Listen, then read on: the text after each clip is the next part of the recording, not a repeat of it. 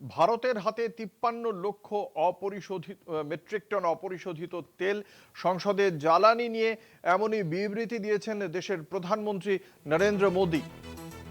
ভারতের কাছে মজুত রয়েছে ৩৮ থেকে ৩৯ লক্ষ ব্যারেল। প্রতিদিন ভারতের চাহিদা ৫০ লক্ষ ব্যারেল তেল। ভারতের কাছে প্রায় ৮ দিনের তেল মজুত রয়েছে, এমনটাই জানতে পারা যাচ্ছে।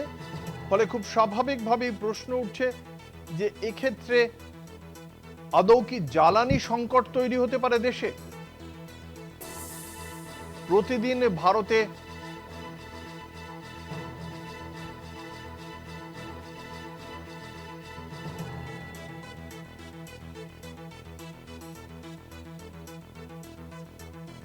আপনাদের জানিয়ে রাখি, ভারতের হাতে যে অপরিশোধিত তেলের মজুত রয়েছে সেই মজুত নিয়ে আজকে প্রধানমন্ত্রী সংসদে দাঁড়িয়ে বিবৃতি দিয়েছেন। সেখানে প্রতিদিন ভারতের যে পরিমাণ তেল ব্যয় হয় তারতে আর ভারতের কাছে যে পরিমাণ তেল অপরিশোধিত তেল মজুত রয়েছে তাতে আর খুব বেশি দিন চলবে না। খুব বেশি দিনের তেল মজুত নেই। ভারতের হাতে ৫৩ লক্ষ ব্যারেল অপরিশোধিত তেল রয়েছে, কিন্তু প্রতিদিন ভারতের চাহিদা ৫০ লক্ষ ব্যারেল তেল। কথা বলবো, আমাদের সঙ্গে রয়েছেন আমাদের পলিটিক্যাল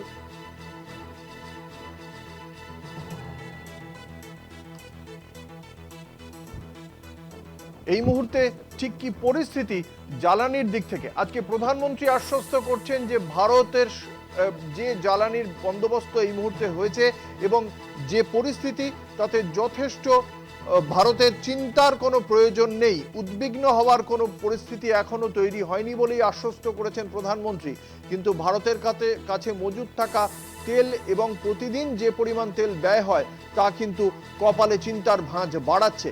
বিশদে জানবো এই বিষয়ে ঠিক কি পরিসংখ্যান উঠে আসছে। আমাদের সঙ্গে নিউজরুম থেকে রয়েছেন আমাদের পলিটিক্যাল এডিটর আশিস চট্টোপাধ্যায়। আশিস দা, কি পরিসংখ্যান এখনো পর্যন্ত উঠে আসছে? প্রতিদিনের চাহিদার হিসেবে কতটা তেল বেশি মজুত রয়েছে, কতদিন এতে চলতে পারে?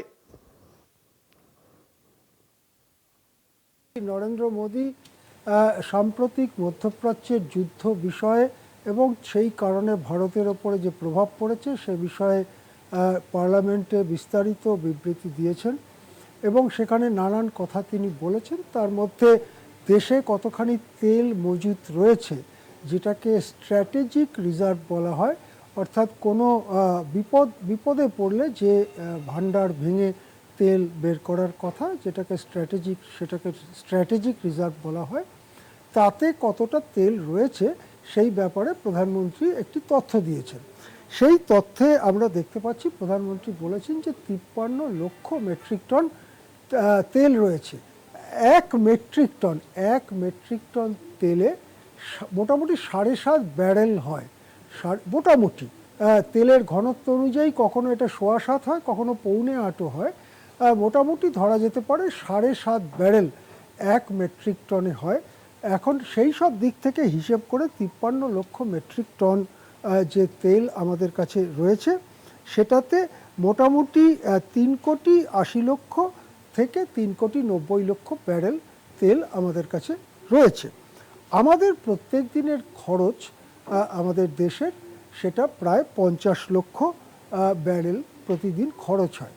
সেই দিক থেকে দেখলে আমাদের ৮-৯ দিনের রিজার্ভ রয়েছে। এই ৫০ লক্ষ যেটা বললাম এটা আসলে ৫৫ লক্ষ বা তারও একটু বেশি হয়, কিন্তু এখন যেহেতু রেশনিং করা হচ্ছে, একটু থেমে থেমে সাপ্লাই করা হচ্ছে, সেই জন্য এখনকার হিসেব যে ৫০ লক্ষ ব্যারেল মোটামুটি দিনে লাগে।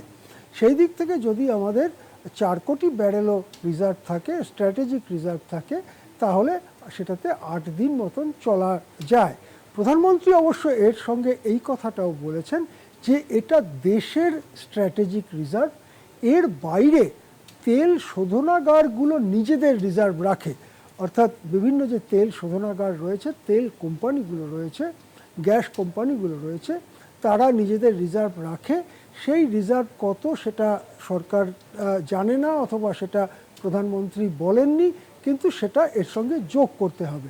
সেটা যদি স্ট্র্যাটেজিক রিজার্ভের সমপরিমাণ রিজার্ভ তেল শোধনাগারগুলোতে থাকে তাহলে বলা যেতে পারে দিন 15 সাপ্লাই আমাদের রয়েছে।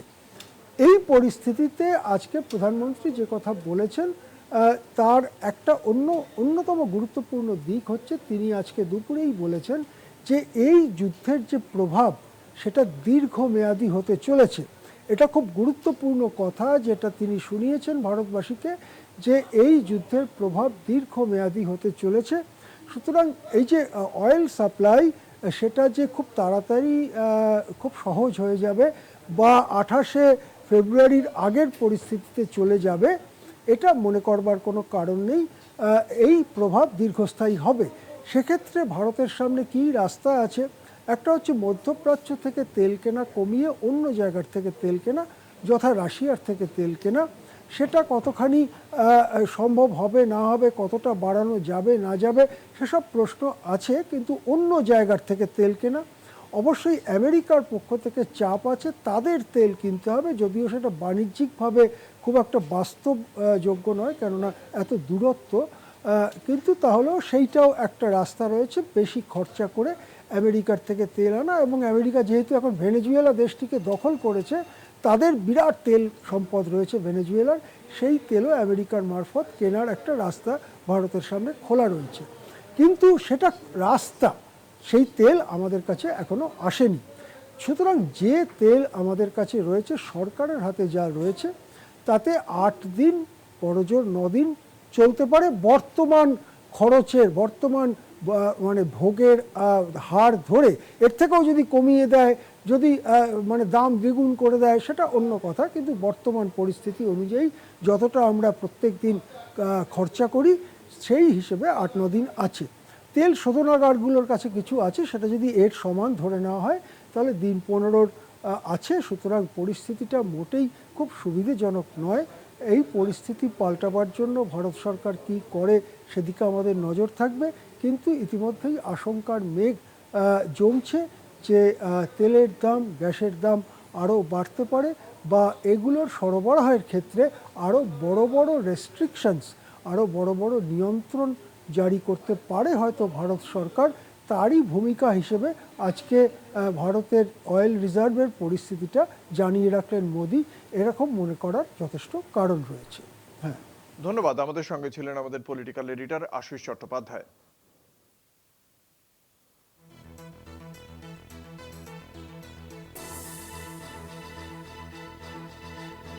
ভারতের হাতে 53 লক্ষ ব্যারেল তেল মজুত রয়েছে, কিন্তু ভারতের প্রতিদিনের যে চাহিদা, সেই চাহিদা অনুসারে যে তেল মজুত রয়েছে তাতে আরো 8 থেকে 9 দিন চলতে পারে।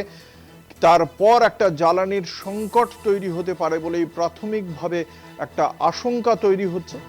যদিও অন্যান্য যে এই খবরটা এই মুহূর্তে অত্যন্ত গুরুত্বপূর্ণ, যে আমেরিকা এই মুহূর্তে ইরানে আক্রমণ করছে না, এবং সেক্ষেত্রে এই যুদ্ধের যদি কোনো একটা শান্তিপূর্ণ যদি কোনো একটা সমাপন হয়, তাহলে হরমুজ প্রণালী খোলার একটা সম্ভাবনা তৈরি হতে পারে। সেক্ষেত্রে হয়তো বিশ্বজুড়ে তেলের যে সংকট, সেই সংকট খুব দ্রুত কেটে যেতে পারে। ইতিমধ্যেই 13% প্রায় তেলের দাম কমে গিয়েছে। যে মুহূর্তে মার্কিন প্রেসিডেন্ট ডোনাল্ড ট্রাম্প তিনি ঘোষণা করেছেন যে ইরানে আর আক্রমণ করবে না আমেরিকা, তারপরেই তেলের দাম অনেকটা এক ধাক্কায় কমে গিয়েছে। ভারত এখনো পর্যন্ত হরমুজ প্রণালী দিয়ে তাদের জাহাজ বের করে নিয়ে আসতে পেরেছেন। আজকে প্রধানমন্ত্রী ভারতের তেলের মজুত এবং সেই বিষয়ে কি সুনির্দিষ্টভাবে বলেছেন, ভারতের পরিস্থিতি শোনাবো।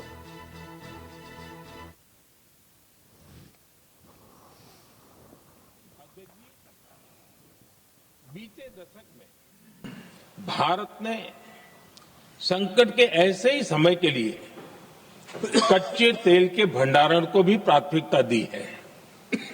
आज भारत के पास 53 लाख मीट्रिक टन से अधिक का स्ट्रेटेजिक पेट्रोलियम रिजर्व है और 65 लाख मीट्रिक टन से अधिक के रिजर्व की व्यवस्था पर देश काम कर रहा है। हमारी तेल कंपनियों के पास जो रिजर्व रहता है वो अलग है। बीते 11 वर्षों में हमारी रिफाइनिंग कैपेसिटी में भी उल्लेखनीय वृद्धि हुई है। अध्यक्ष जी, सरकार अलग अलग देशों के सप्लायर्स के साथ भी लगातार संपर्क में है। प्रयास ये है कि जहां से संभव हो वहां से तेल और गैस की सप्लाई होती रहे। भारत सरकार गल्फ और आसपास के शिपिंग रूट्स पर निरंतर नजर बनाए हुए है। हमारा प्रयास है कि तेल हो, गैस हो, फर्टिलाइजर हो, ऐसे हर जरूरी सामान से जुड़े जहाज भारत तक सुरक्षित पहुंचे। हम अपने सभी वैश्विक सहयोगियों के साथ निरंतर संवाद कर रहे हैं ताकि हमारे मैरीटाइम कॉरिडोर सुरक्षित रहे। ऐसे प्रयासों के कारण बीते दिनों हॉर्मुज स्ट्रेट में फंसे हमारे कई जहाज भारत आए भी हैं।